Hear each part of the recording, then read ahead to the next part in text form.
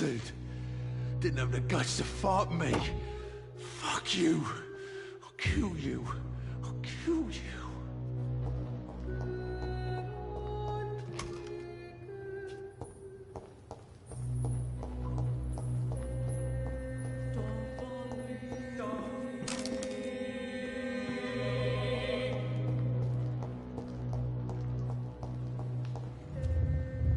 To taste a life, to embrace its most intimate secrets.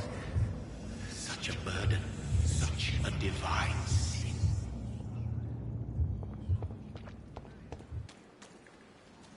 It's locked, all right.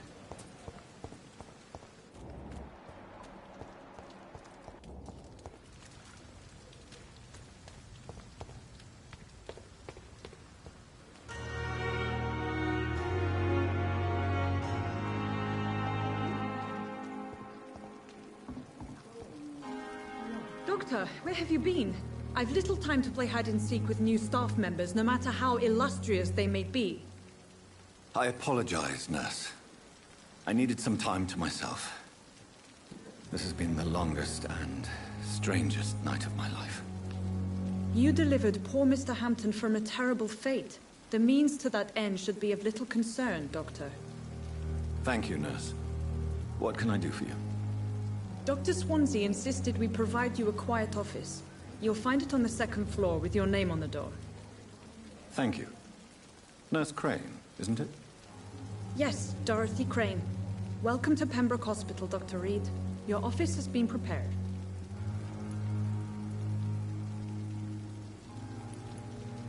I would like to ask a few questions first.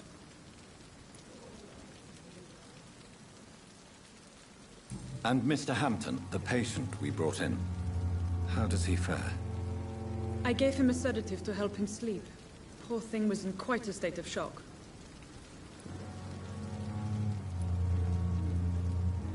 What kind of man is Dr. Swansea? Well, you accepted the job from him. I thought you would have known about your employer.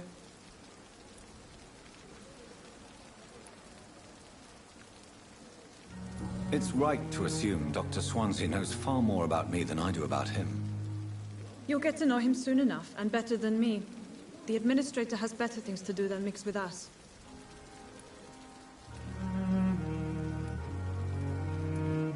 Apologies, I've only just met him the once. This is sudden. I've only just returned to England. Dr. Swansea is a brilliant surgeon and the most compassionate physician.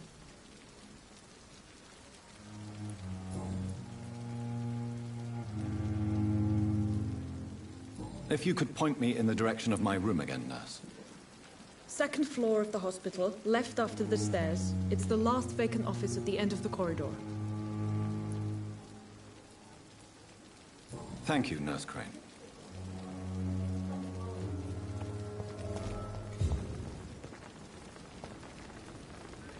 Good evening, sir. So it is true. The famous Dr. Reed has joined us. I can't think of any better news during these terrible times. Do we know each other? Actually, yes. We met once before, at the Rockefeller University in New York. Dr. Tippett, yes, I remember. I was assisting Professor Carell in his research about coronary bypasses. He had nothing but praise for you. He was also very confident about your future. And look at you now. Eminent surgeon and blood transfusion specialist.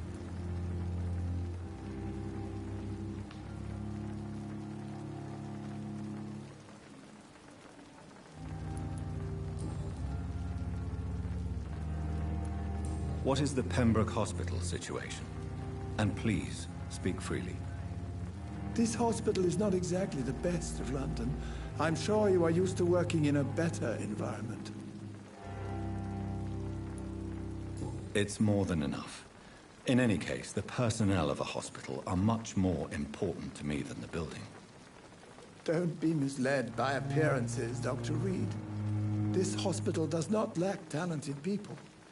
It just lacks hope.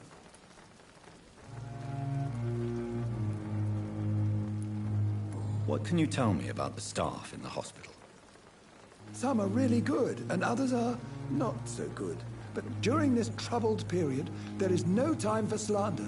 I prefer to focus on the positive character traits. Tell me more about cherished people, then. Nurse Brannigan is a pearl. She is the most helpful and dedicated nurse I've ever worked with. A clever and cheerful woman. You really seem to admire her skills. I'll go even further. If she was a man, she would be a damn fine practitioner. Any opinion about the management? I don't always agree with Dr. Swansea's reserve, but I must admit he does all he can to keep this facility running during this crisis. Ah, yes, the burden of command. I was fed up with this concept while serving as a medical officer. Don't get me wrong. Swansea's a good administrator. I just wish he would get out of his office down again.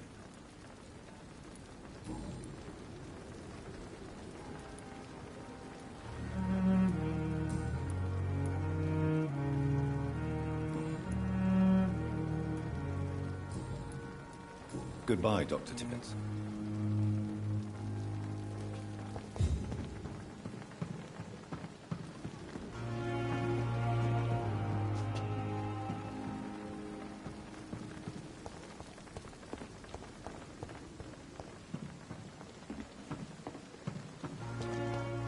Dr. Swansea is right.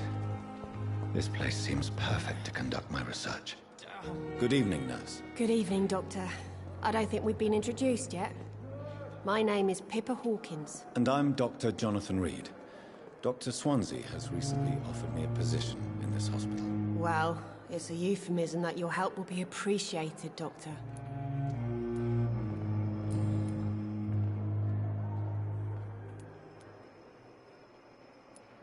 How would you describe the situation at the Pembroke Hospital? It's serious. The flu is wreaking havoc amongst the staff and patients. We are running out of everything. Nurse Hawkins, the Spanish flu won't last forever. Even the Black Plague didn't kill everyone. I wish I could believe you. But what if this epidemic was worse? What if in the end, nobody was spared? You must get a hold of yourself, nurse. Sorry, I'm exhausted. No one has any idea when this epidemic will be over.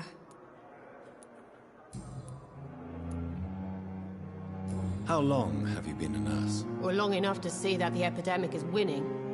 And no matter how qualified you are, don't tell me you'll change that. You're right. When dealing with such a terrible disease, one must remain humble. But that doesn't mean we shouldn't try our best. Sorry, Doctor. I don't want to sound bitter, but I'm just too tired to give a pep talk like Nurse Brannigan.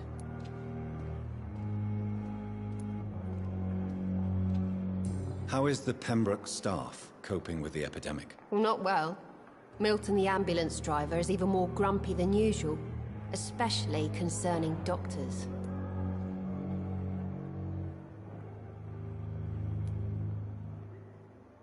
Why is Milton grumpy on a daily basis?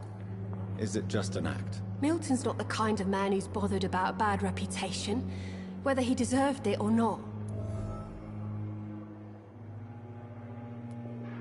Why does Milton dislike doctors? I don't know. Just ask him. But be warned, Milton is not the chatty type.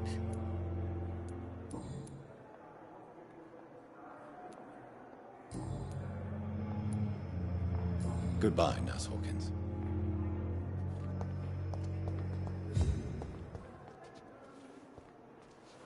Good evening, miss. I'm Dr. Reed, the new surgeon at the Pembroke Hospital.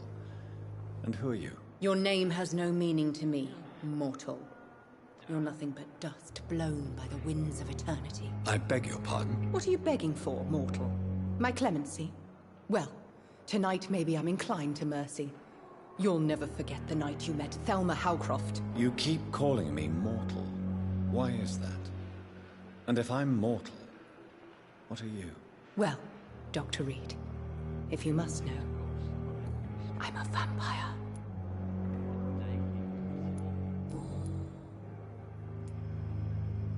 Who are you really, Miss Howcroft?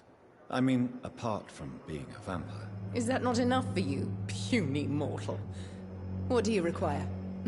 Proof of my powers? I'm curious to know who you were before becoming a vampire. It was such a long time ago, I don't remember. Centuries of unholy life can have strange effects on one's minds, you see?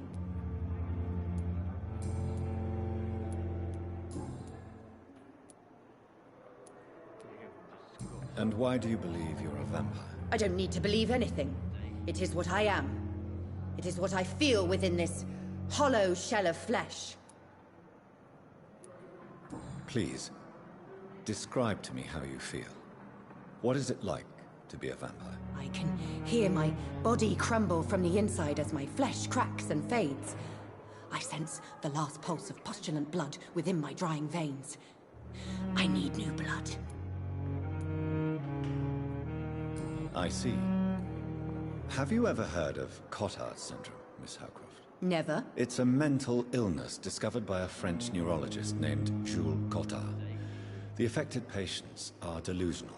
They believe that they are putrefying, that they are dead, a ghost or a ghoul, or in your case, a vampire. Delusional, you say? Oh, sad and petty mortal. You can't even begin to understand the concept of immortality. And you think it is I who am delusional.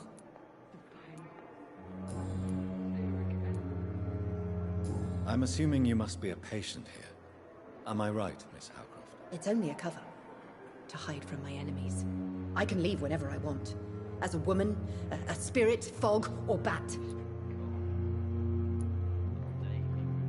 Who are these enemies you mentioned? Can you describe them? I cannot say for sure. But I sense their eyes on me from nearby. I feel them watching me every time I visit the garden near the morgue. The staff here are not your enemy. They're here to help you, to care for you. I'm not speaking of the doctors in white. I'm speaking of the men and women who hunt me. For I am a vampire! I see. Don't worry. These people will not find you here. I'll personally make sure they leave you alone. Thank you, mortal. But do not interfere with them, for you are no match for those that hunt me.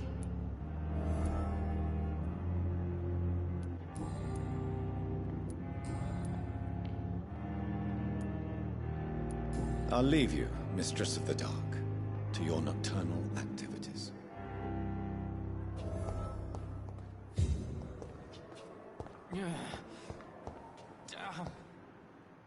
Good evening, Mr. Hampton. How do you feel? Dr. Reed, is it? Oh, sir, I must apologize for my behavior. What do you mean? I was not myself in the factory. Fear and exhaustion made me say awful things to you, I'm afraid. You remained perfectly nice and polite. A little delirious, perhaps. But who wouldn't be after enduring an abduction? Thank you, Doctor. That's a relief. Now all I need to do is rest and return to my flock.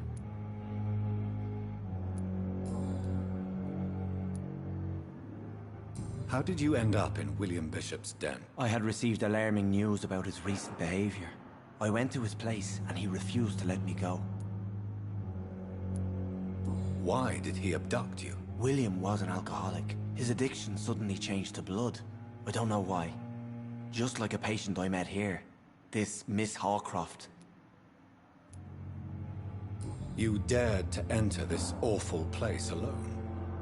You're a hero, Mr. Hampton. Or a fool. I'm just a man trying to help his friends, Dr. Reed. William Bishop was a conflicted soul, searching for light.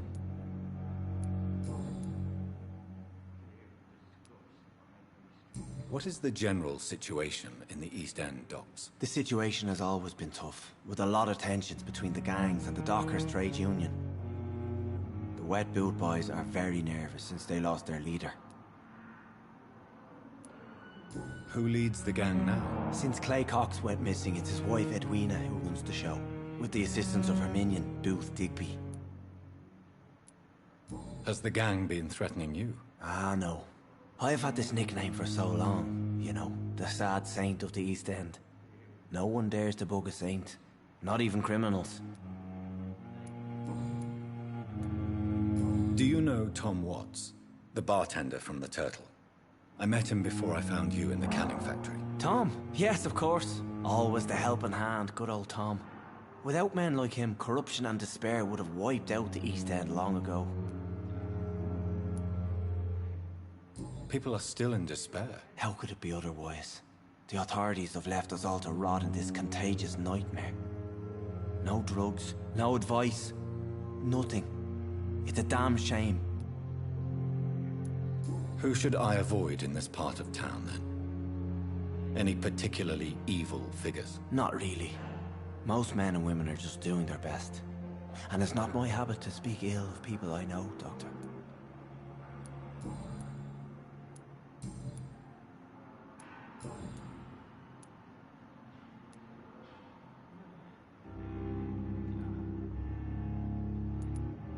How do you feel, Mr. Hampton?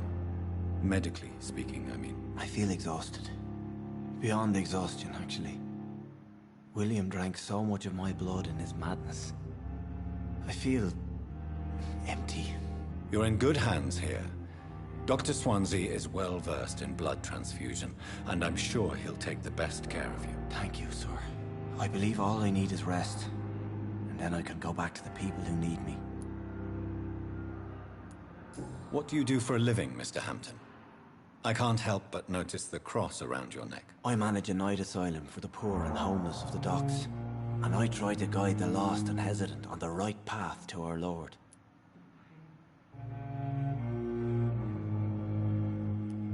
Why didn't you use your cross against William Bishop? To repel him somehow? That's a very strange question, Doctor. A cross is no magical token, if that's what you were trying to say. Not mine, anyway. Are you a priest, Mr. Hampton? A deacon, maybe? Not at all, Doctor.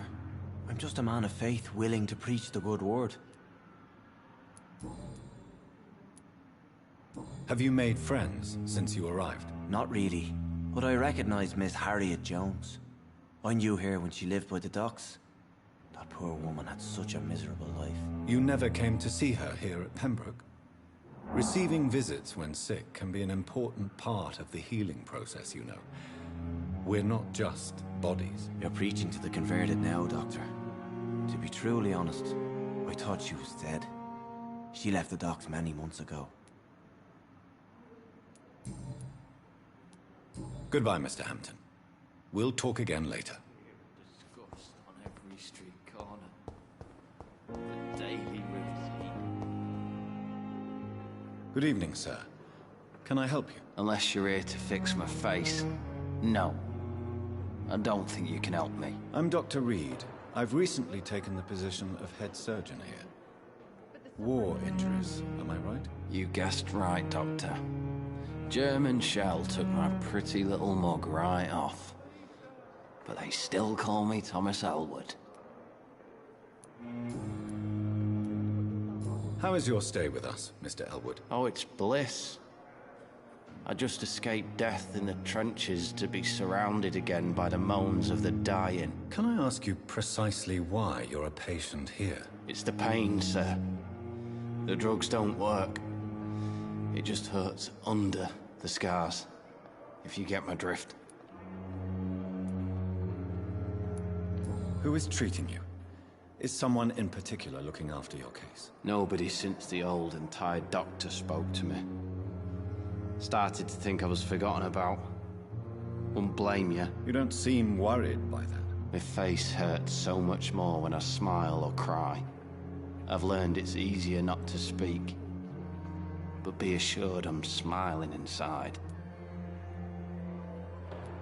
Can I do anything for your pain? Nurses gave me a bunch of pills. No effect. Told you. It's like the flames are under my skin, burning away.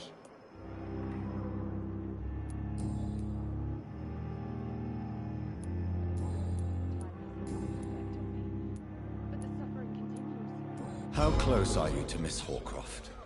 Are you aware that she thinks she is a vampire? To wait for her next nibble is the best reason to stay here. Every time she approaches my bed, she treats me like something tasty. A normal person. Aren't you afraid? She may hurt you if the game goes too far. She's quite harmless, I can assure you. Her head's broken inside is all. While I'm busted on the outside. But she's still beautiful. Living proof that there's hope for me.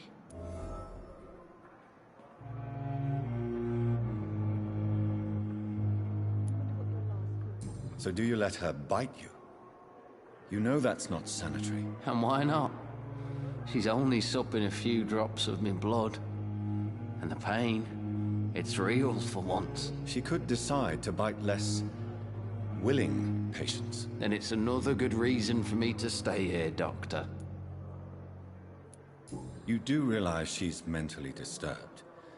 It's called the Cotard syndrome. She truly believes she's a vampire. In her madness, she never refers to my scars. And frankly, if I could, I'd join her world. It seems much more fun than the real one.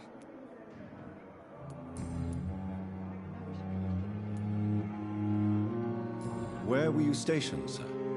Did you serve for long? I really don't want to talk about all this shit. No offense. I was pushing too much. I served in France myself. I just wanted to know what happened to you. You were an officer, weren't you? Then I doubt we fought the same war, sir. No offense.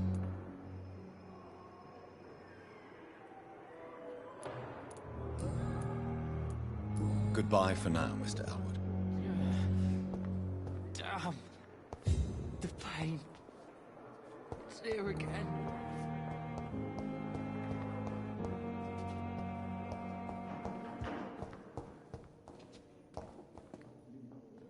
Good evening, Doctor. I believe we're going to be working together. Dr. Reed. Dr. Swansea informed us of your arrival, but I could not dare to believe we'd have such good fortune. Such an honor, sir. Thank you. And you are? I am Thoreau Strickland, Dr. Thoreau Strickland. I'm a great admirer of your work, Dr. Reed.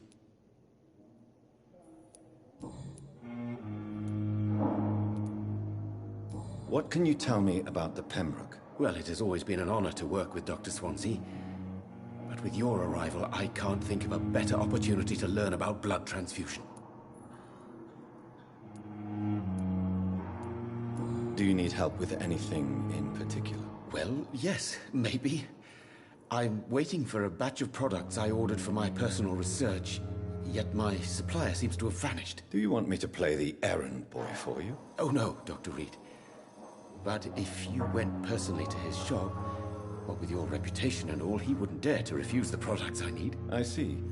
Well, give me the address, for I may pass by if I have time. You seem quite optimistic. It's a rare and precious attitude in these difficult times. I'm convinced that this epidemic is a test of endurance and dedication for us men of science. Questions remain about our capacity to resolve the situation. True, true. Last summer, during the first wave of the epidemic, I used to joke with Milton about the extra work. We're not smiling now.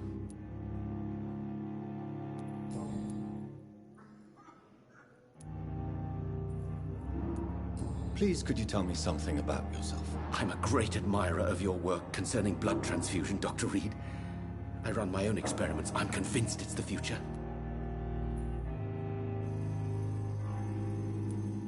What made you choose to be a doctor? I'm not ashamed to admit you and your work have inspired me.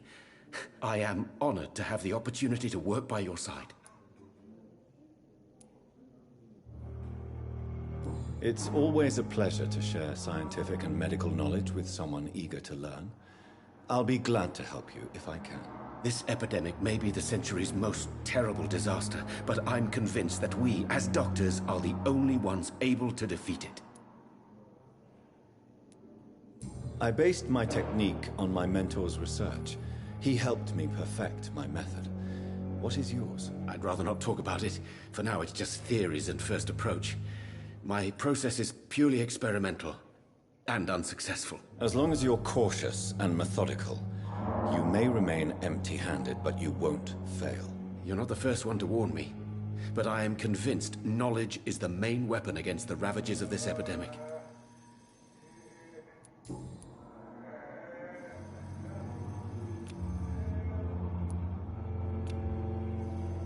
Do you need my medical attention, dear colleague? You don't have to worry about me, Dr. Reed. I am here to assist you, not to be a burden. Goodbye, Dr. Strickland.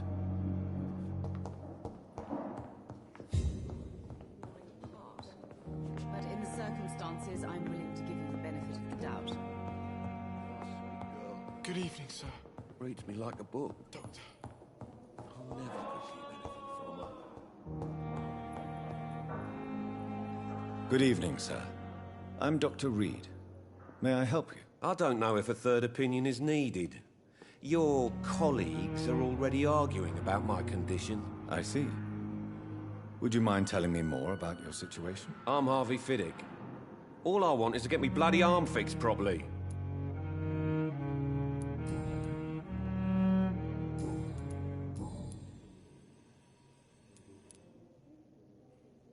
Tell me about the doctors who are arguing about your case. Strickland and Aykroyd. They both want the best for me, but there's a lot of pride there. Doctors are no different from carpenters, it seems. What do you mean? I often had professional arguments with rivals on a building site. Difference is I disagreed about wood and nails, not flesh and bones. Are you satisfied with your treatment here? Well, it's clear that I've chosen a bad time to be injured. Forgive my bluntness, but you seem overwhelmed by cases of the flu. I won't lie to you about it. I'm afraid we are. Are you sure you don't want to operate yourself, Dr. Reed? I have the feeling you're very capable. And your colleagues seem to think so too. In other circumstances, you would be right. But for now, I don't think I can take on the responsibility. My apologies. Tell me about yourself, Mr. Fiddick. I'm just a regular guy waiting to get his arm fixed, so I can return to work and to my family. I was more curious about what you were doing before being hospitalized. I'm a carpenter, and a good one too. But that means I need both arms to feed my family, Dr. Reed.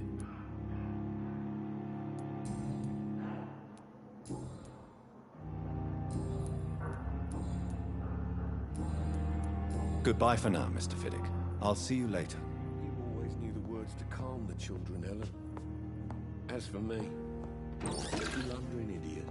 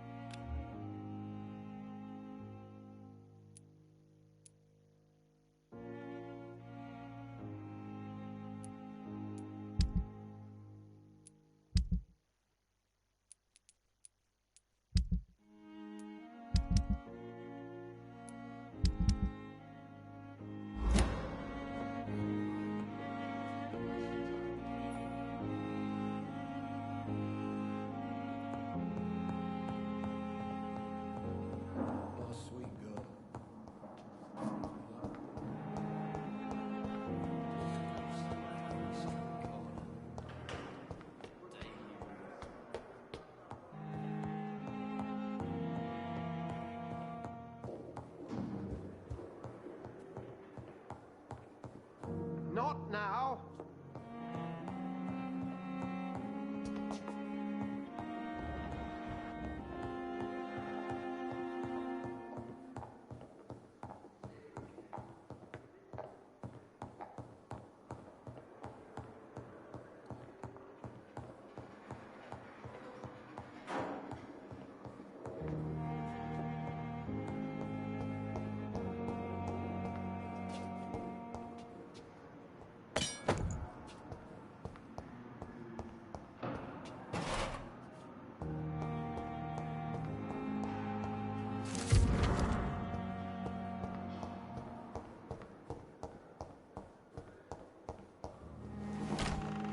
This must be the place.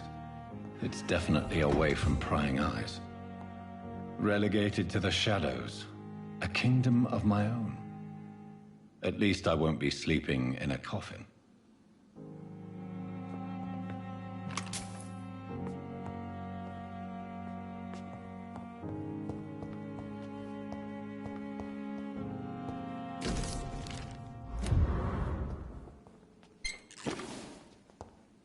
The flower's dying. It needs water.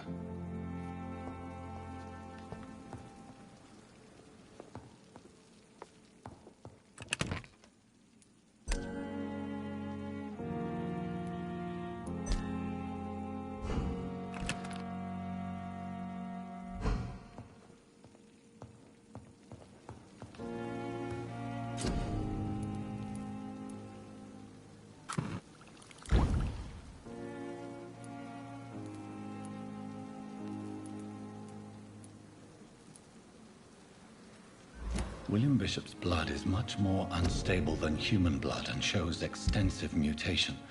But this is not what happened to me. I must keep on searching.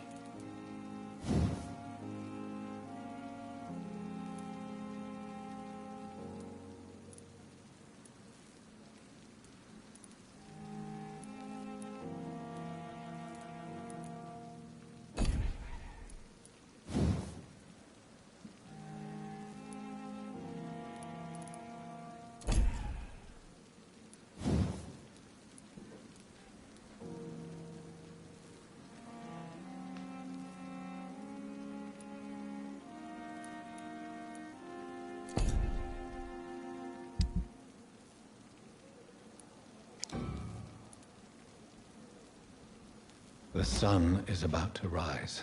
I can feel it. I'll continue tomorrow night. I have so much time now.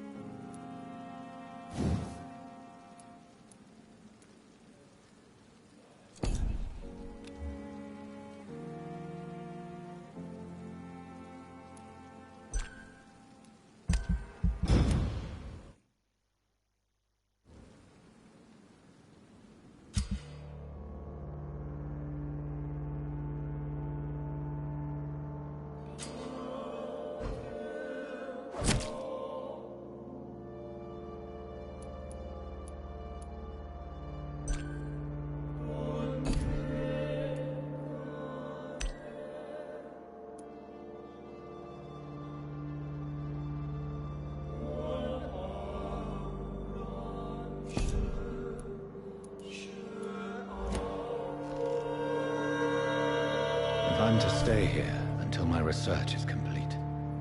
I'd better learn to hide my true nature from the mortals. But what about my thirst for blood?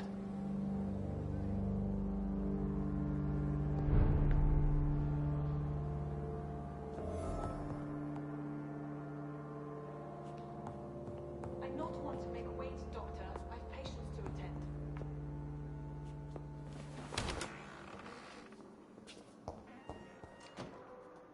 Yes, Nurse Crane? How can I help you?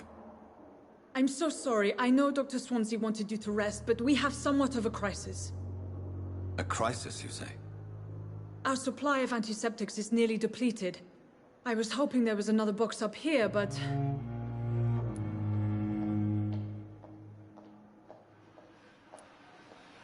What type of hospital are you running? No antiseptics? You have been away too long, Doctor. With the war and now this epidemic, supplies have been running scarce for months now. I may have a solution. In France, during the war, drugs shortage was a daily problem, and we had to use our wits to overcome the shortages. However do you mean? If combined correctly, certain household chemical products can be used in a pinch instead. Now, where's the hospital storeroom? The storeroom? Fat chance. This is the Pembroke, and space is luxury we don't have. Everything used to be stored in the old morgue. Perhaps I should look there first. Where is this morgue? It's the large building behind the hospital. You'll need to go in the back door because it's been sealed off for sanitary reasons. Take this key. It opens a small back entrance at the end of a narrow street. The abandoned morgue behind the hospital. A small door at the end of a narrow street. On my way, then. Thank you, nurse.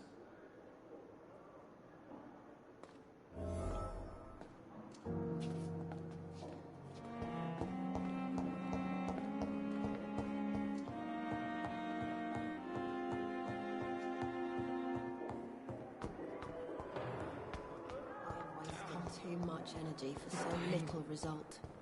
It's here again.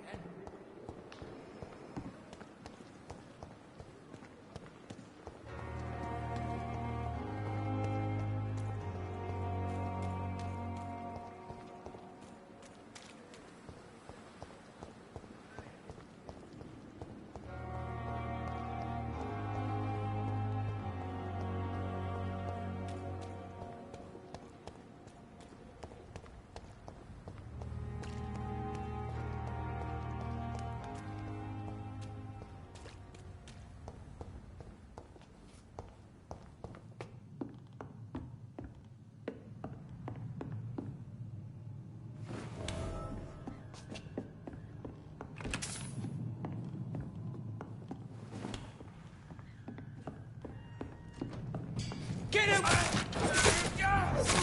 Die, vermin!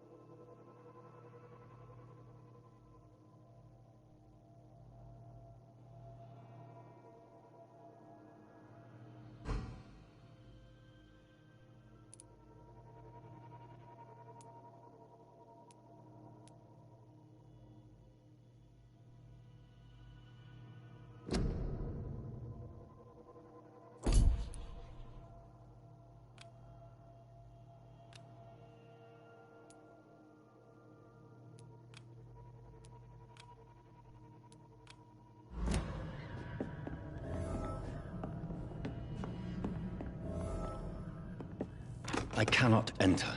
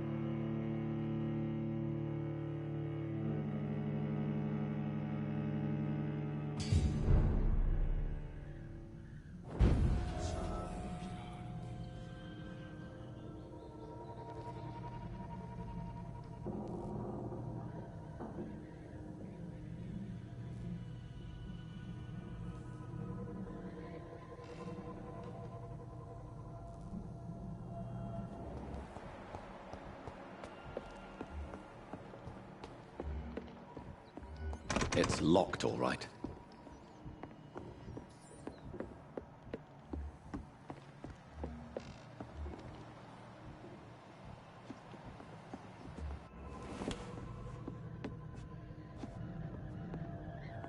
Help! The damn strangers are attacking me!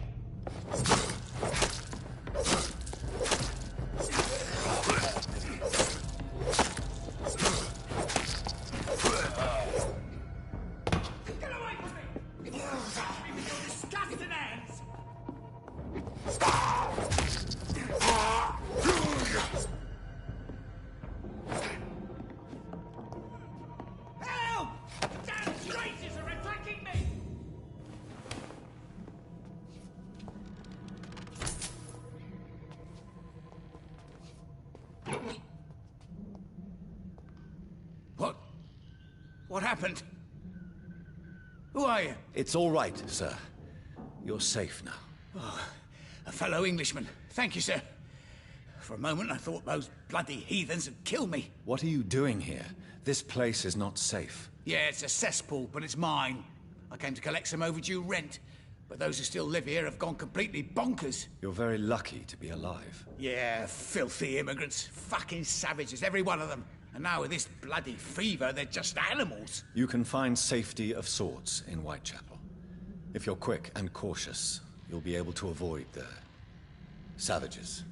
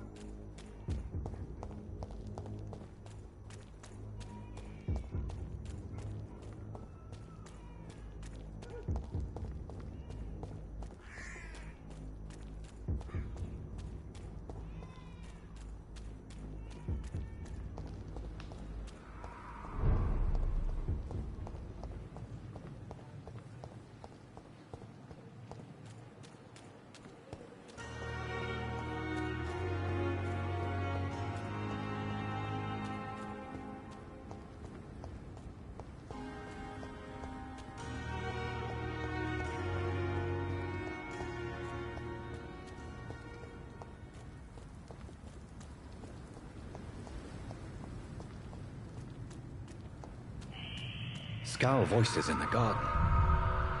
I should investigate. If they were to find somebody...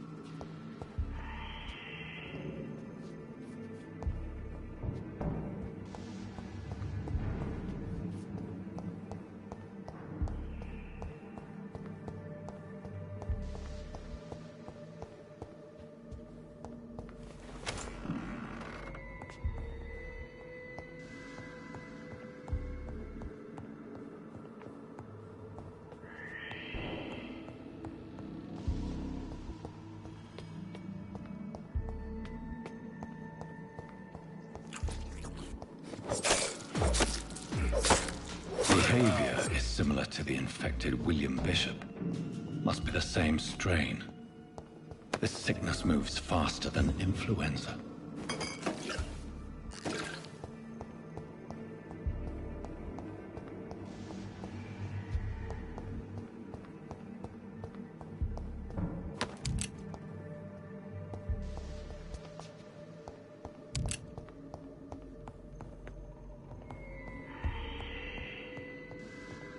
This key will surely grant me access to the basement.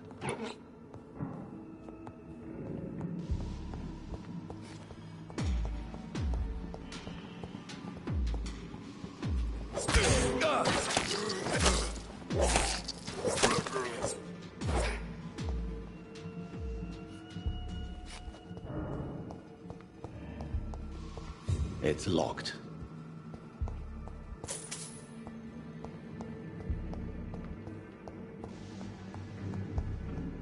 Balls of Mars, fortifiers. As popular as they are ineffective. But they do contain iron tartrate, and that might prove itself useful.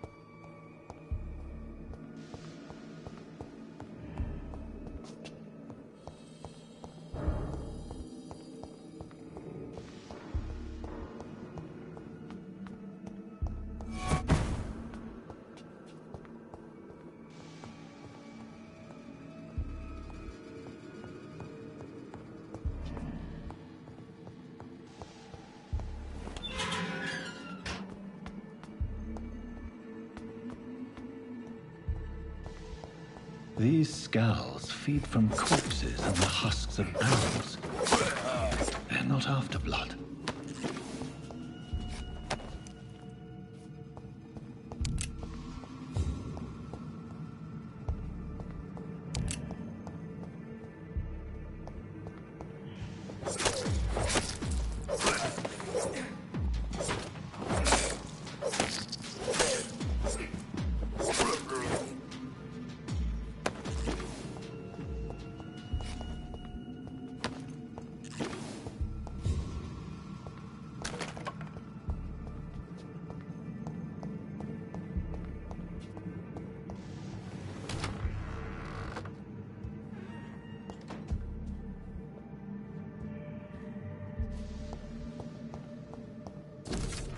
Mr. Connor's injuries don't match the report. I'd better look into this.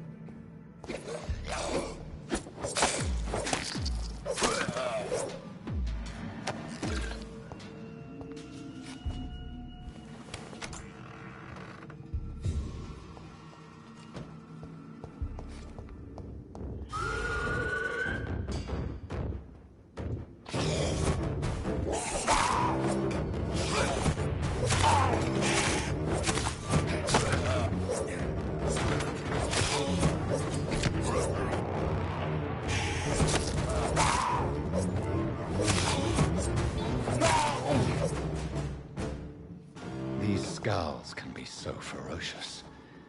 I'm not sure I can defeat them without becoming stronger. To drink blood is so tempting.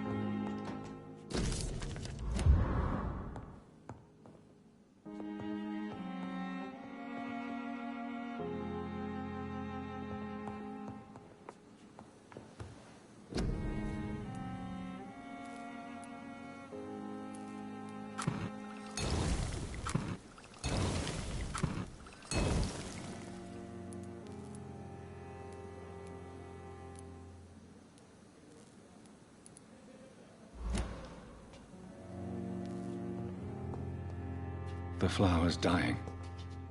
It needs water.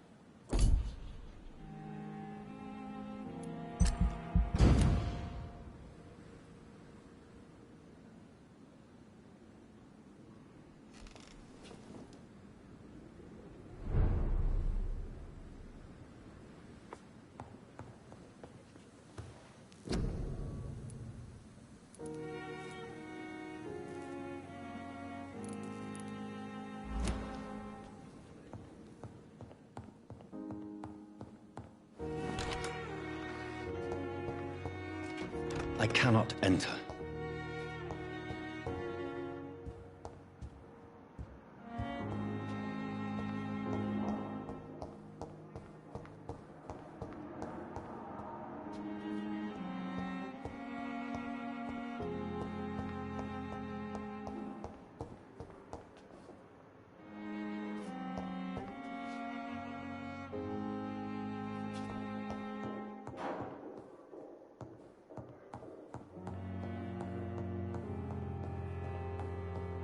Not now!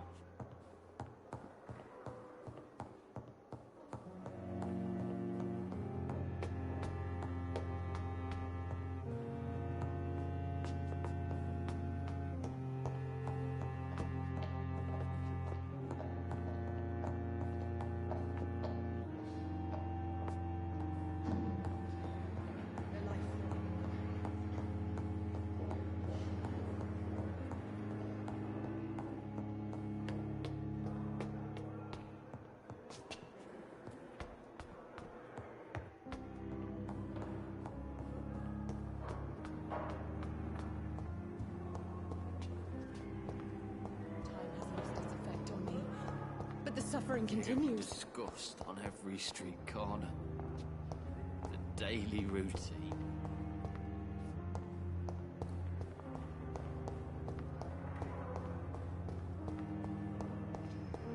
We may lack the resources. Good evening, sir. I'm Dr. Reed. I believe we're going to be colleagues. Reed? Yes, I've been informed about your arrival. I'm Waverly Ackroyd. Welcome aboard, I suppose. Does my arrival inconvenience you in some way, Dr. Ackroyd? Let us just say that I don't particularly share Dr. Swansea's enthusiasm for hiring you. What we need here are reliable professionals, not overrated dabblers. Do you need my assistance? Not at all. I'm sure that you are used to gaining people's trust with your impressive skills. Well, it will not be the case with me. If you have a problem with me, Dr. Ackroyd, please feel free to tell me. Dr. Swansea has imposed your presence on this hospital without asking anyone's advice. The benefit of his position. But I don't agree with it. I know we've never met before, but I believe this hospital could use all the help it can get. You will agree with that, I'm sure. Oh, but I have heard about you, Dr. Reed. Of course, you can't say the same about me, since I have not wasted my time courting the press. There is no need for such animosity between us. Don't you think the epidemic is already enough to deal with? That is one point we could agree on. And that is precisely why I want to be sure that you will be of help to this hospital, instead of a burden. Tell me, Waverly, what do you think of Dr. Strickland's enthusiasm for his experimental research? Strickland is playing with his patients' lives for pride and glory. Now that, sir, is unethical. Are you thinking about something in particular? Harvey Fiddick needs delicate surgery. I believe we should stick to the usual procedure, but my young colleague obviously disagrees.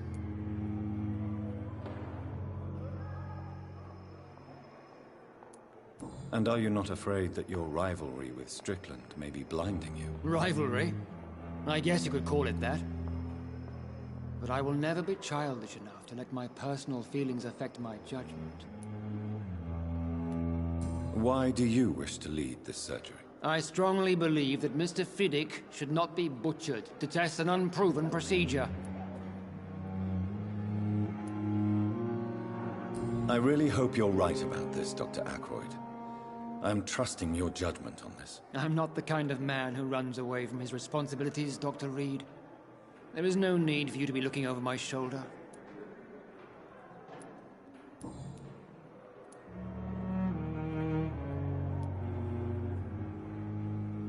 Since your tenure in this hospital is longer than mine, perhaps you can tell me more about this place. Let's just say I'm tired of the carelessness around me. I have always respected the skills of Dr. Swansea, but over time his enthusiasm has become displaced. Carelessness? Exactly what are you talking about? We're here to save lives. The people who trust us are not volunteering for experimentation. They're here to be healed. I don't intend to run any radical experiments, Doctor. Even if I, as any good practitioner should, express an interest in pushing the boundaries of medical research. Modern medical methods were created through audacity and ego. But there are rules in our line of work, and they're here to protect our patients.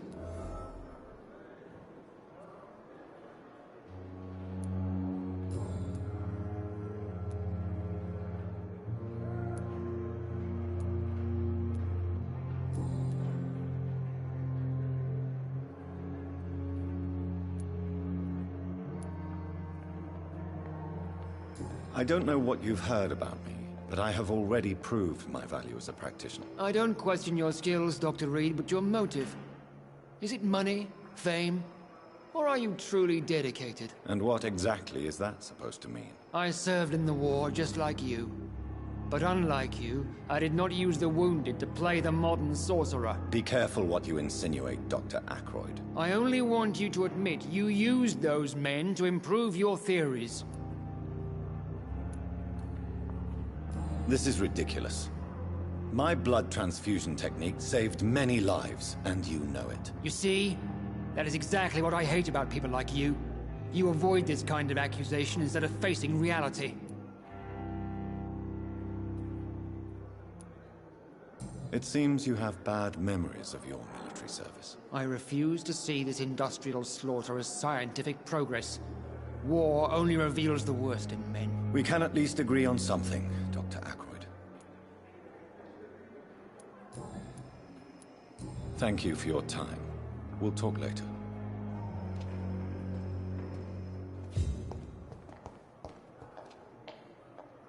Good evening, Dr. Strickland. And good evening to you, Dr. Reed. Can I be of any help? Goodbye, Dr. Strickland.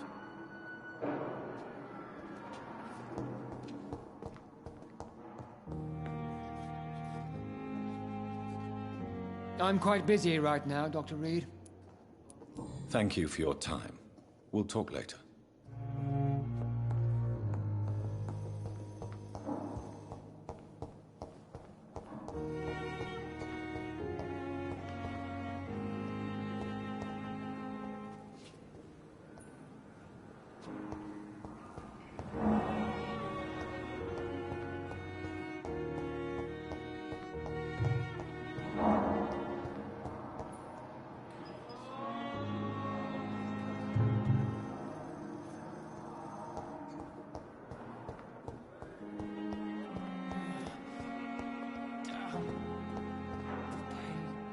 Good evening, Nurse Hawkins. Good evening, Dr. Reed.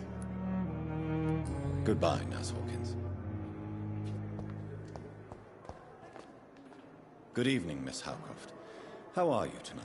I need blood, Doctor. Warm, rich, vibrant blood.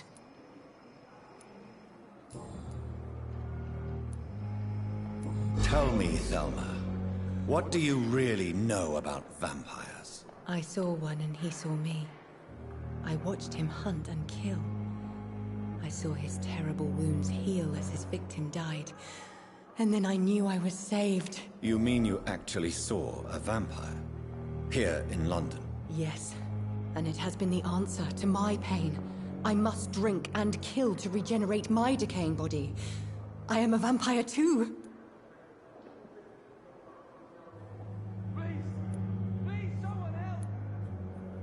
You have no idea what problems your claim could cause if heard by the wrong people, Miss Howcroft. You must stop this nonsense, now. Why fear the truth? Strange things live in the dark, Dr. Reed. Strange and ancient beings that were here before this island even had a name.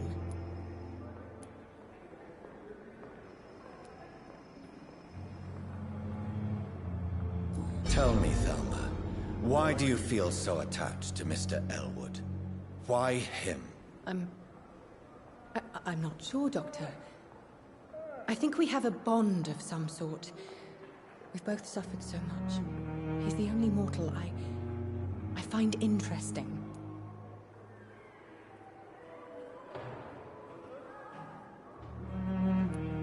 Would you say you and Mr. Elwood are romantically involved? No.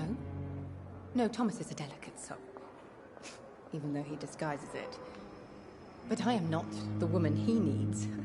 No, for I am a vampire, Doctor. Do you plan to make him a vampire too? Of course not. How could I inflict my curse on anybody else? I'm not that cruel, Doctor.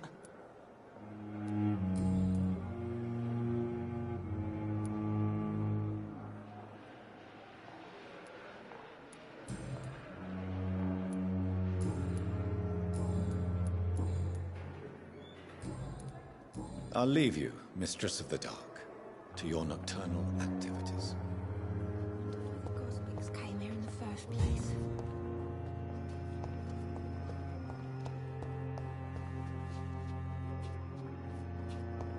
Fear and disgust on every street corner. The daily routine. Hello again, Dr. Reed. I feel better already. Can I go soon?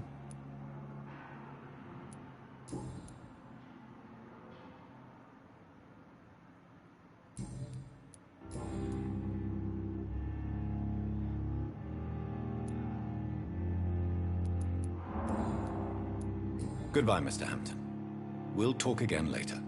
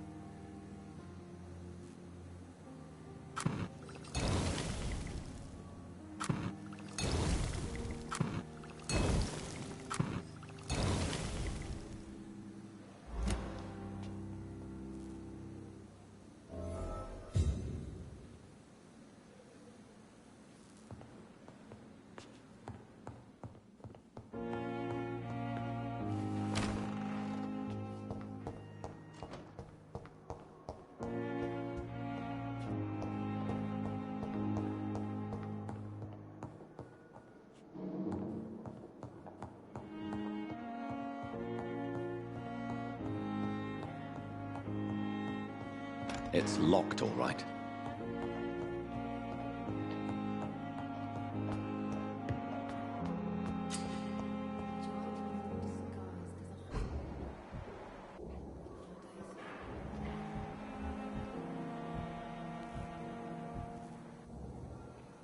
Good evening, Miss Howcroft. How are you tonight? I need blood, Doctor. Warm, rich, vibrant blood. I'll leave you, Mistress of the Dark, to your nocturnal activities.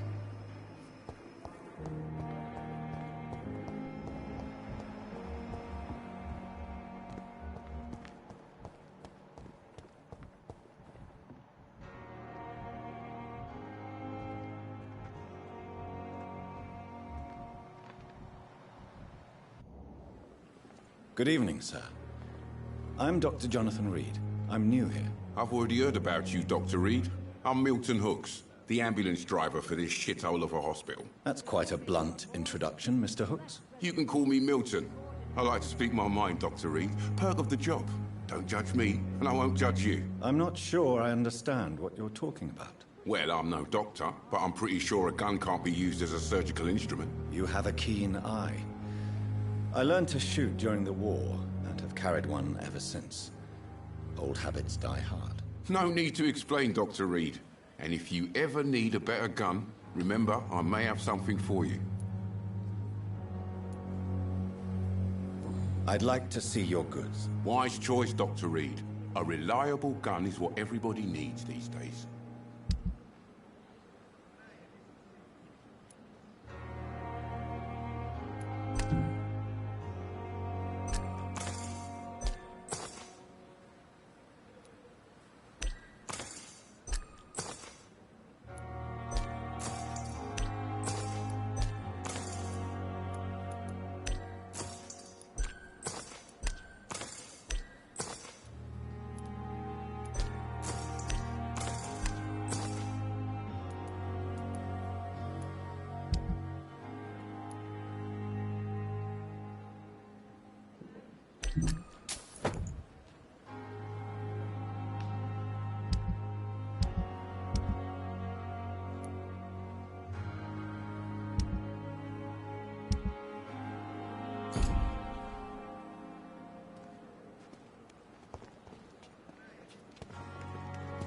Perhaps I should have considered the offer from that Callaghan fellow.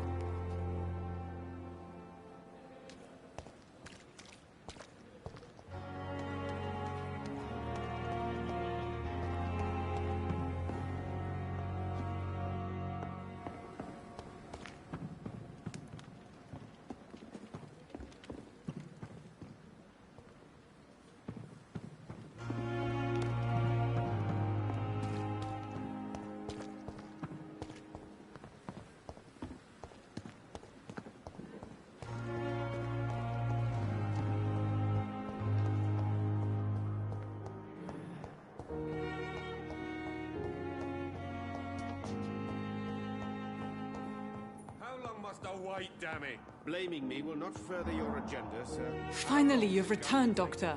Did you find anything of value? Yes, nurse. You've worked your first miracle, Doctor. Now, this patient here needs immediate treatment. Duty calls. When the storm has passed, I'll show you how to mix the remedy yourself with the same basic ingredients. Many thanks, Doctor. When you've finished, you ought to report to Dr. Swansea in his office. He's been looking for you. Seemed pressing.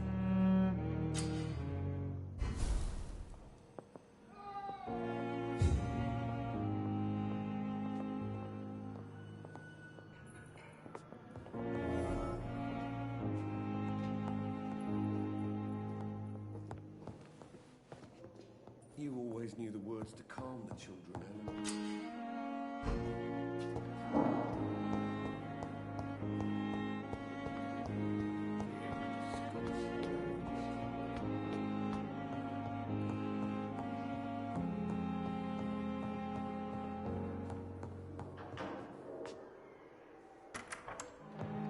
Please, Jonathan, come in. Fascinating, is it not? In the last decade, so many mysteries have been brought to light with our microscopes. The human body, biology's penultimate frontier. The more we explore its boundaries, the less we're able to trace a clear line between life and death. You, my friend, have a foot in both countries. The view must be vertiginous. It's at least as vertiginous as chatting about vampires with you, I would say. This must be all so new to you. This area of town, the hospital, a brand new life. How stimulating it must be. I wish I could share your enthusiasm, Dr. Swansea. But my condition defies scientific categorization. Undead? Unalive? Immortality defies logic. I cannot express my thrill at this serendipitous turn of events. The world's most eminent specialist in blood transfusions, a vampire. One might say a gift from heaven.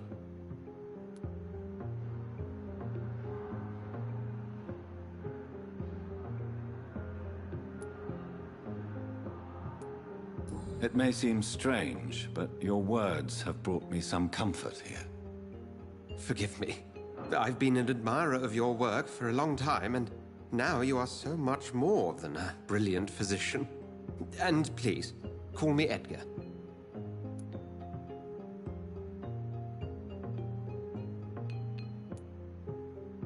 I'm not some doe-eyed student, Edgar.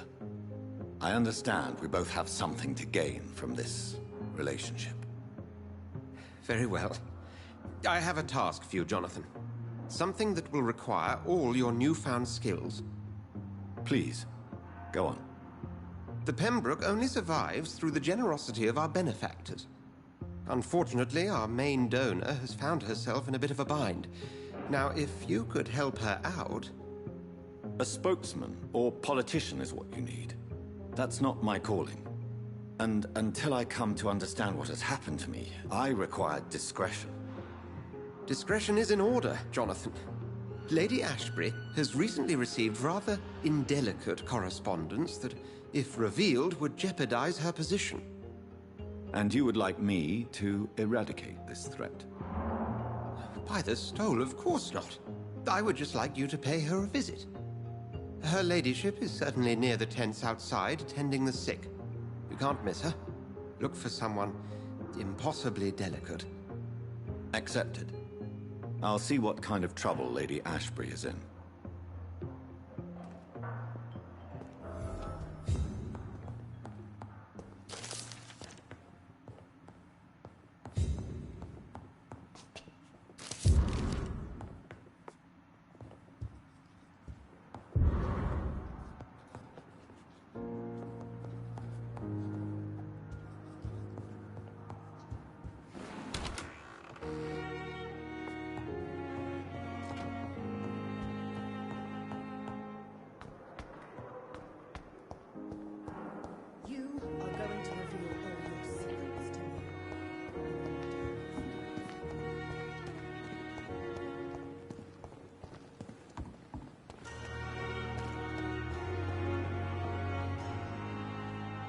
The flu took my dear wife, Emily.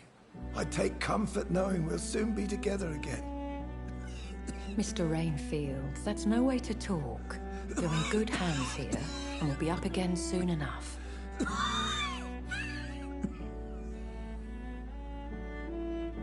Now do me a kindness and get some sleep.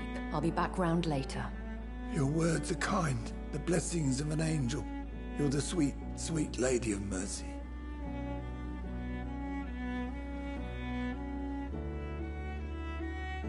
Good evening, Dr. Reed.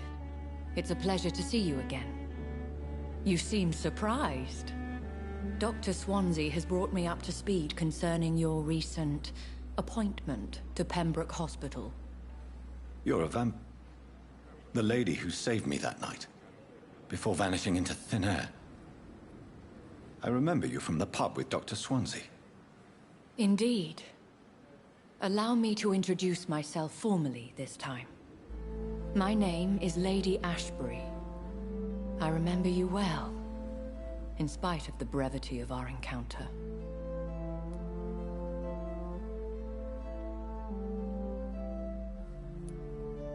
Apologies. You've taken me by surprise. I'm very happy to see you. The pleasure is mine, Doctor. I hope you're more disposed to answer my questions now. You must have countless questions, but our rather urgent matter first. Swansea has explained. My cover, if you prefer, has been compromised. Dr. Swansea has commissioned me to be your agent in this matter. You could start by explaining what's amiss. These past insufferable weeks, I've been the victim of extortion. I've made a first payment, but the blackmailer grows greedy. I must refuse his most recent demands.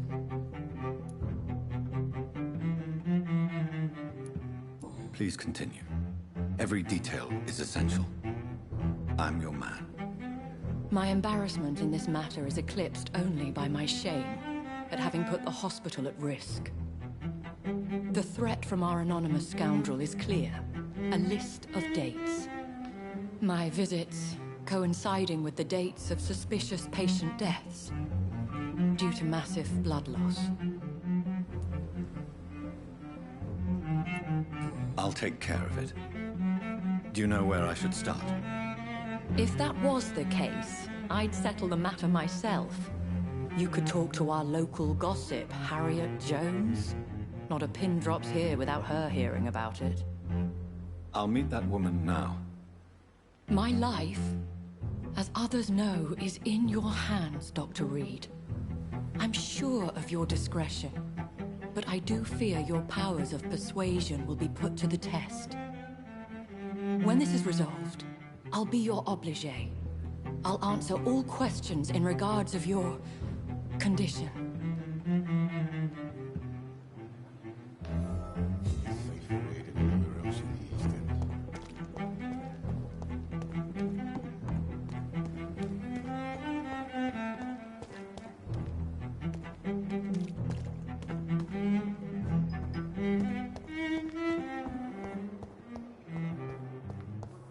Disgust on every street corner.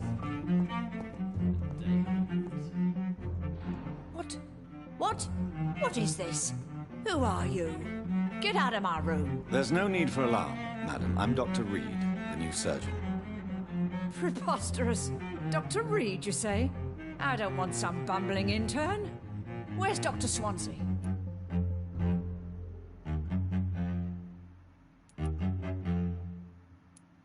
Dr. Swansea is quite busy, and I need you to help me get acclimated. I have many questions. How brave. Threatening an old defenseless woman. You know how long I've been a patient here? You've picked the wrong fight.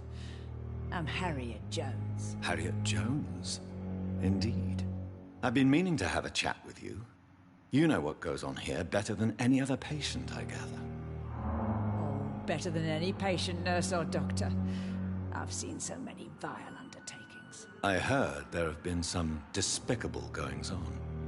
Was there a case of blackmail? Blackmail? Wait. You're investigating something. This isn't a social call. One of those incompetent cunts slit a poor sod's vein.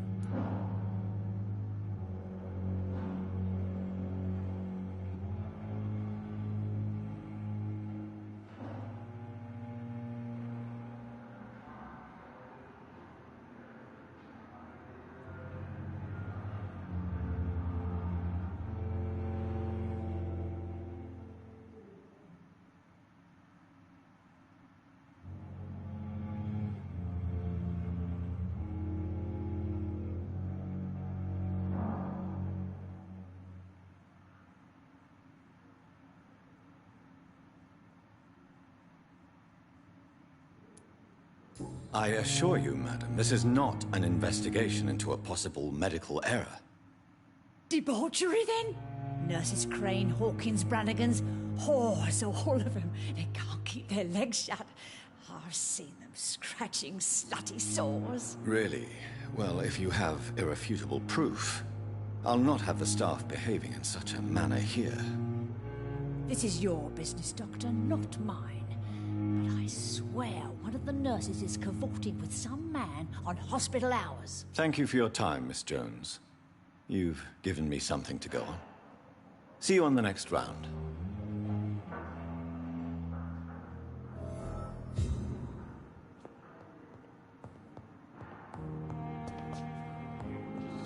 The patients and staff might know something.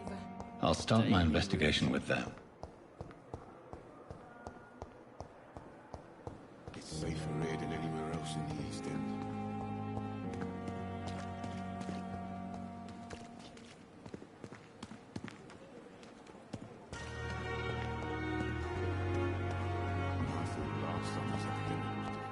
Time has lost its effect on me, but the suffering continues.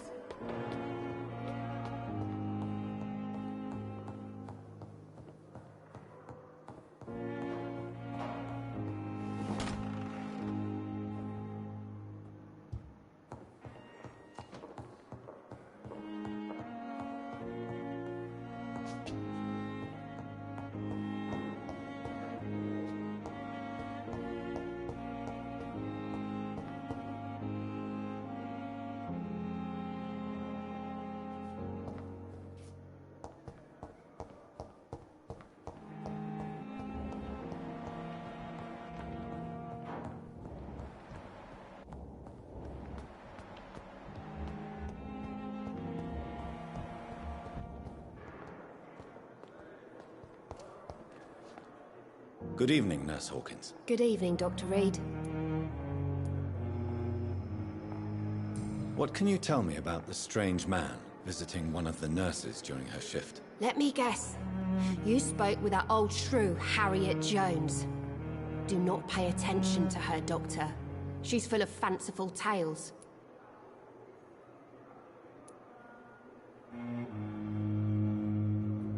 No matter how you feel about her, Miss Jones deserves our help. Who says I don't care for her?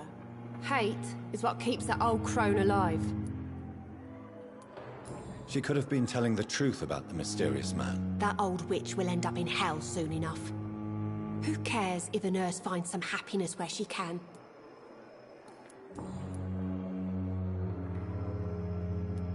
Goodbye, Nurse Hawkins. Fear and disgust on every street corner.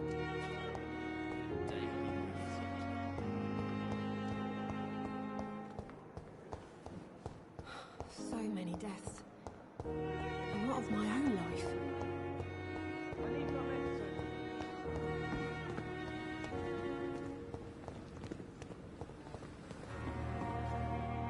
Good evening, nurse.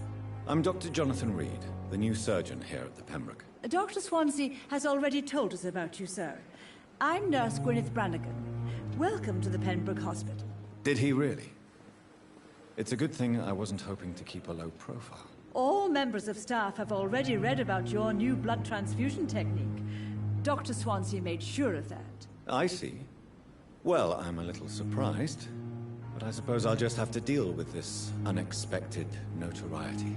You must know, blood transfusions are Dr. Swansea's primary subject of research. He is convinced it is the future.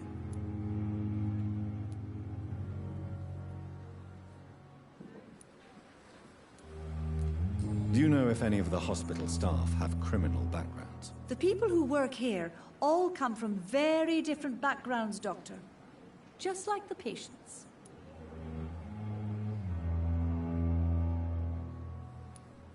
Have you seen a strange man visiting any of the nurses here? I've never heard of such a thing, Doctor.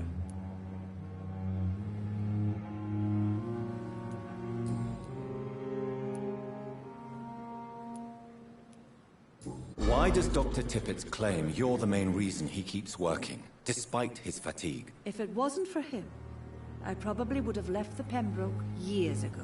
Dr. Tippett does not think of you as just a nurse anymore, does he? If you're suggesting he's not taking my gender into consideration when it comes to medical practice and knowledge, I really hope he doesn't.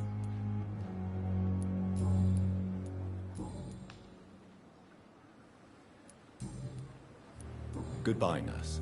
Call me if you need assistance.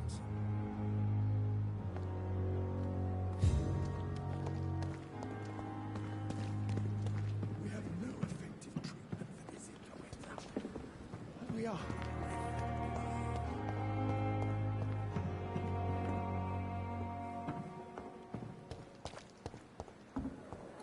I have wasted too much energy for so little result. Good evening, Nurse Hawkins. Good evening, Dr. Reed. What can you tell me about the strange man visiting one of the nurses during her shift? Let me guess. You spoke with that old shrew, Harriet Jones. Do not pay attention to her, Doctor. She's full of fanciful tales.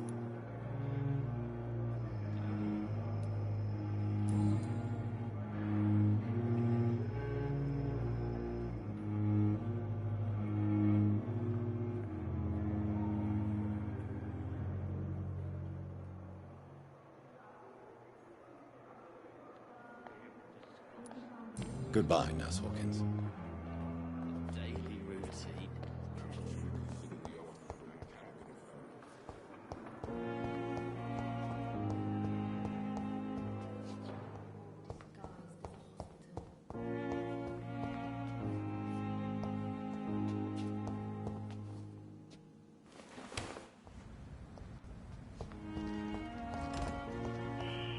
Scowl voices in the garden. I should investigate. If they were to find somebody.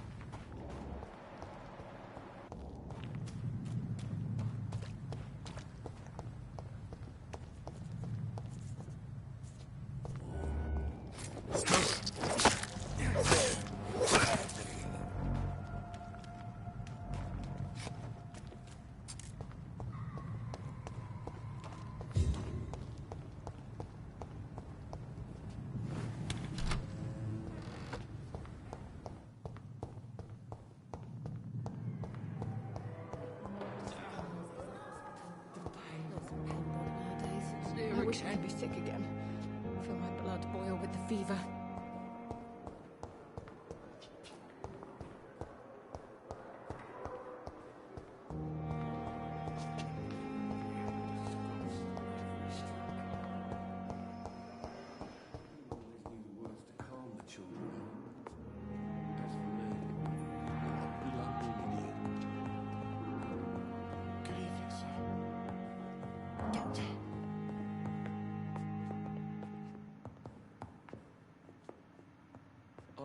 Good evening, madam. Can I help you? It's my son who needs you, sir. I'm Dr. Jonathan Reed. How can I help your son? I'm Beatrice Goswick, mother of Mortimer Goswick. Could you check on him, please, Dr. Reed? I've heard much of your talents as a physician. Have you heard rumors of blackmail going on in this hospital? Dr. Reed, are you trying to take advantage of me? Of course not, Mrs. Goswick. I'm just curious. Well, go be curious somewhere else, please.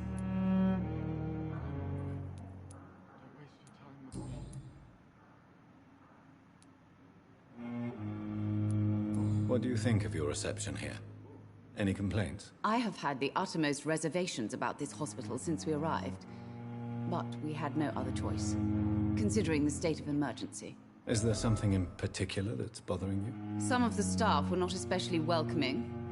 I suspect they're not accustomed to dealing with patients of such social standing. Tell me more about your arrival at the Pembroke Hospital. What gave you such a bad first impression? The ambulance driver was quite rude, for a start. And that nurse, Miss Hawkins, seems to have quite a dubious attitude. What do you mean? She managed to secure a bed for my son despite the epidemic. It was a relief, but it wasn't cheap. She charged you for a bed? Yes, and I paid without question, considering the urgency of the situation. I share your concern, Mrs. Goswick. Be sure that I'll talk to the people involved. I don't expect compensation, Dr. Reed. But I'm aware such behavior would not be tolerated in other hospitals.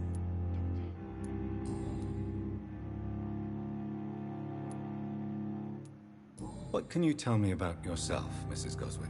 Not much to say. Just take care of my Mortimer and I'll cover all the expenses. That's all that matters.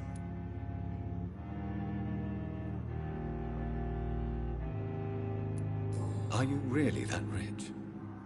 Most of the patients here are of a more humble origin, if I may say so. Yes, thanks to my husband. May he rest in peace. I can cover any needed medical expenses.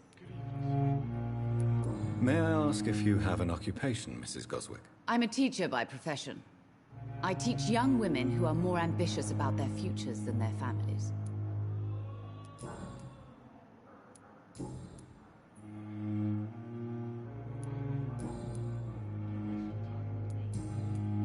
Goodbye, Mrs. Goswick. Good evening. I'm Dr. Reed. Can I help at all? No. Really? Why are you here, then? I don't want to talk. My throat hurts too much. I suppose that this pain is the reason you're here. Is someone taking care of you? Yes.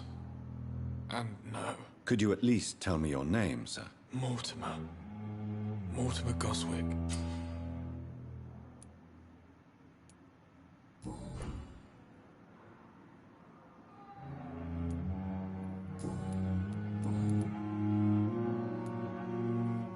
How painful is your throat, Mr. Goswick? So painful I'd rather not talk at all, Doctor.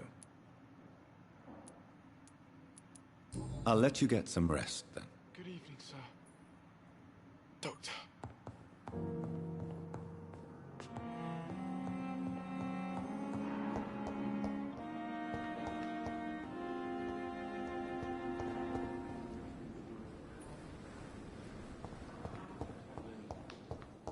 Blundering idiot. With you at our side, Dr. Reed, I know that Pembroke will prevail and survive this epidemic.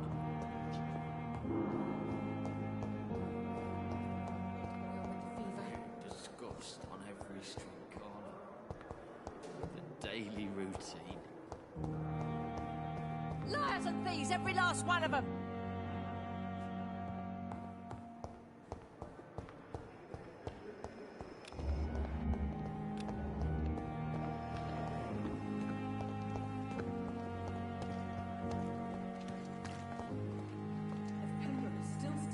Good evening, Nurse Hawkins. Good evening, Dr. Reed. Goodbye, Nurse Hawkins.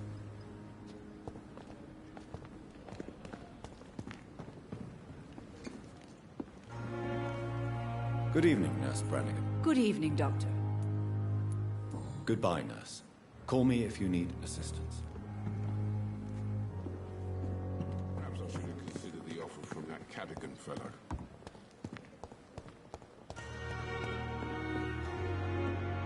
Is our little mystery closer to being solved, Dr. Reed? I think of nothing else, my lady.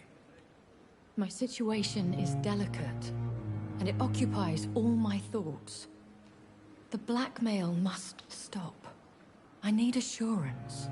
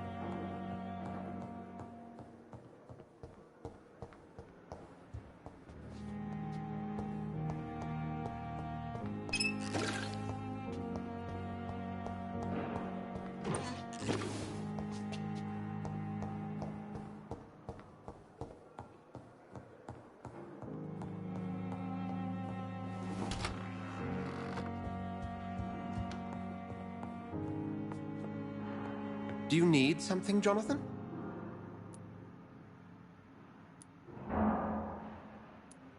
I have met Lady Ashbury. She's a fascinating woman, wouldn't you agree?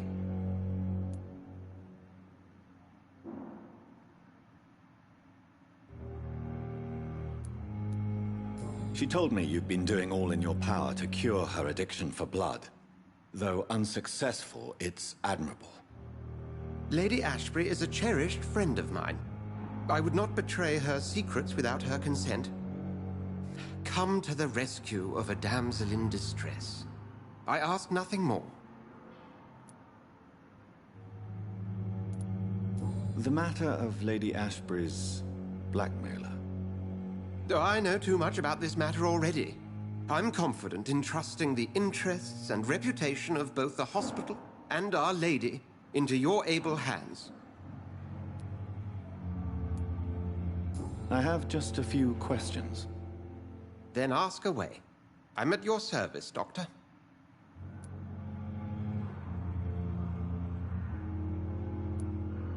Since you seem quite the expert on vampires, what could you tell me about my condition and how it came about? As men of science, our first step is always to start with what we know. Forget the myths, the hackneyed scrawlings, and the penny dreadfuls. They do not scratch the surface of the truth you now find yourself in.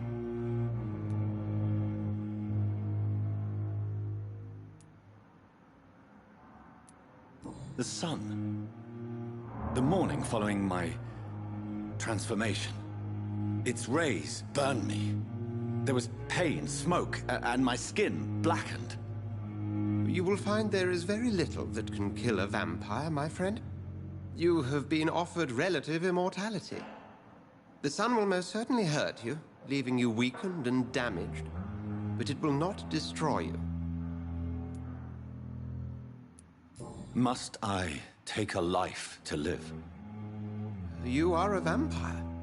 You feed, and blood is the sole sustenance that can sustain your immortal frame. And only a living creature contains the nourishment you require.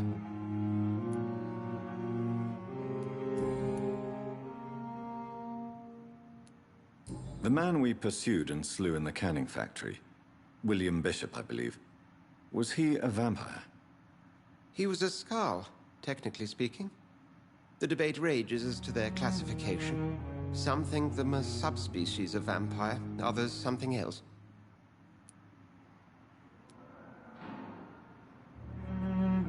Where do how do scowls come into existence?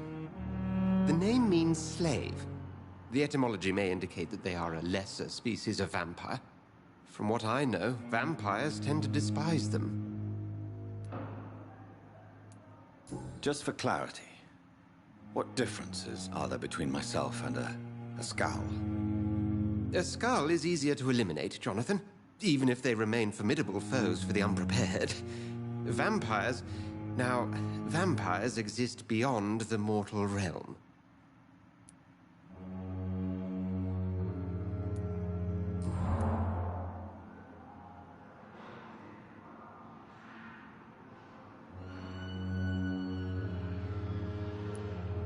You mentioned something about a secret society.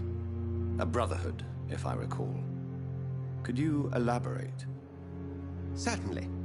I've been a member of the Brotherhood of St. Paul's Stole for several years.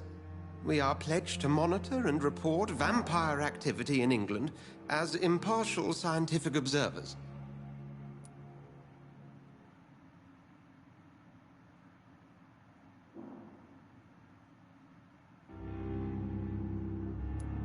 Yet you don't fear me.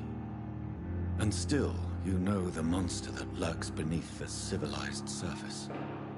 The Brotherhood has studied your kind for centuries. We believe you are as supernatural as a lion is to a gazelle.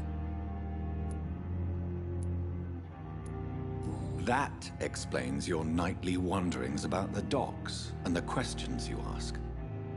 I feel it wasn't mere coincidence that led us to that part of town. There was something as yet unseen that set those chain of events in motion.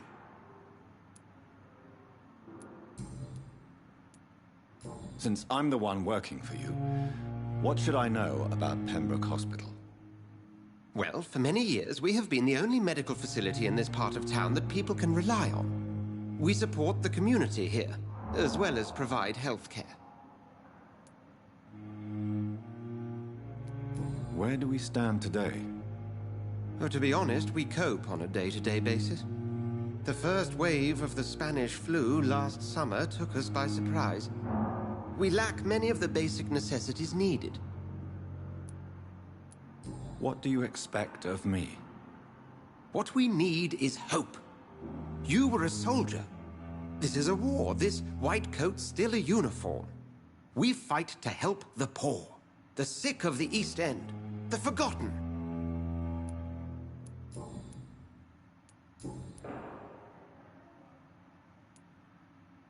We'll see each other again soon, Edgar.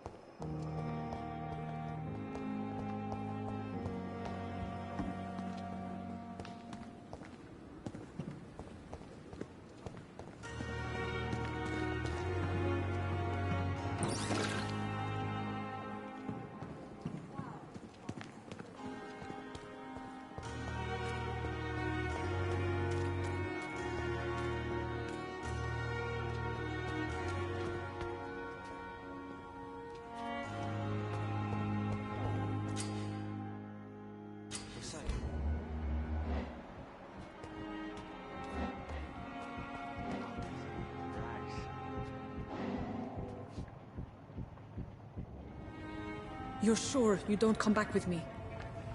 Nah, I ought to see someone at the hospital. Be careful. You look so bad they may keep you as a patient. Fuck 'em. I don't like hospitals, or doctors. Well then, when you go back to Whitechapel, you may find this useful. What is it? A pass for a free medical exam by the best nurse available. Just read it. I don't read well, but thank you, I guess.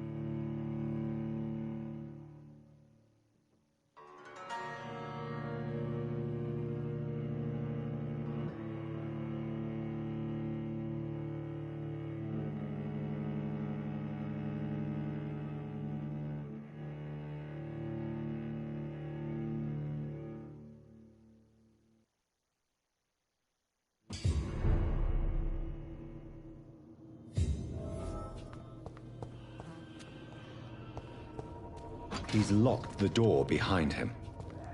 I need to find another way to follow him.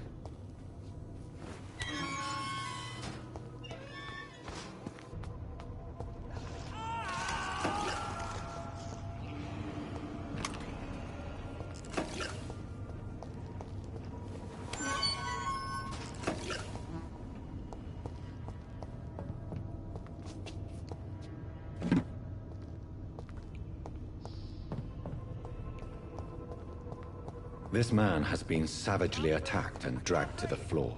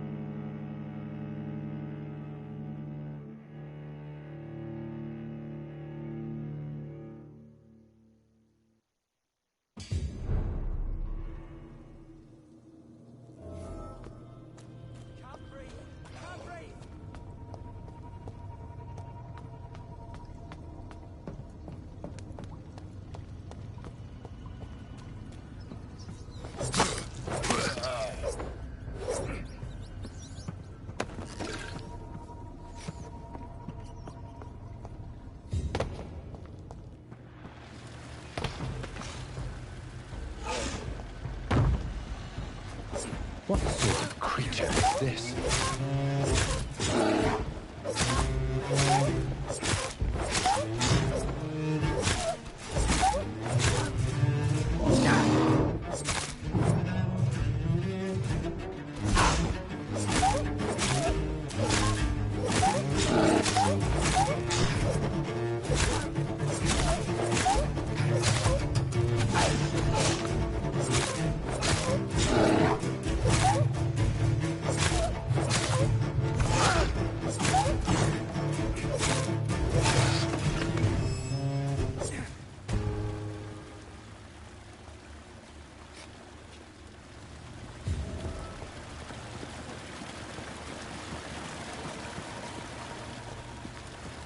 Here's what's left of him. Not a lot to check, but I should anyway.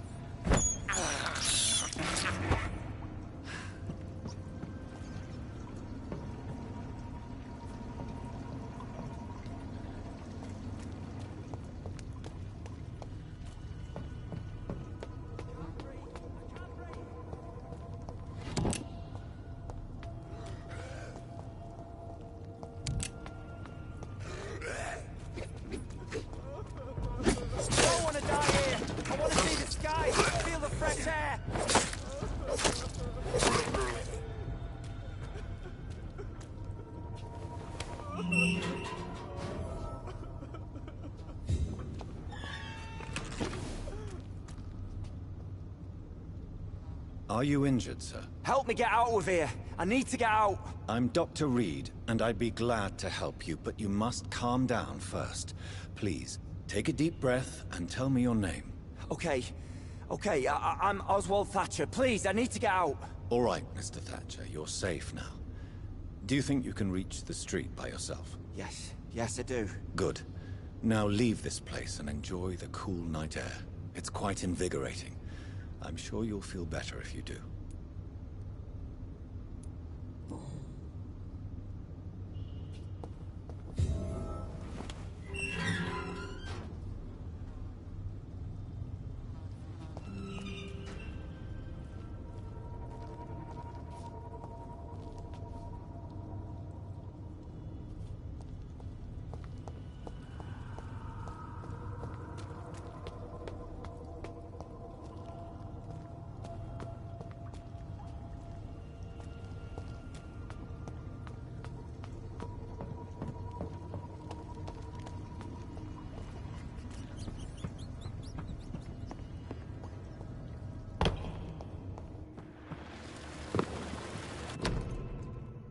Some voucher for a free checkup in Whitechapel.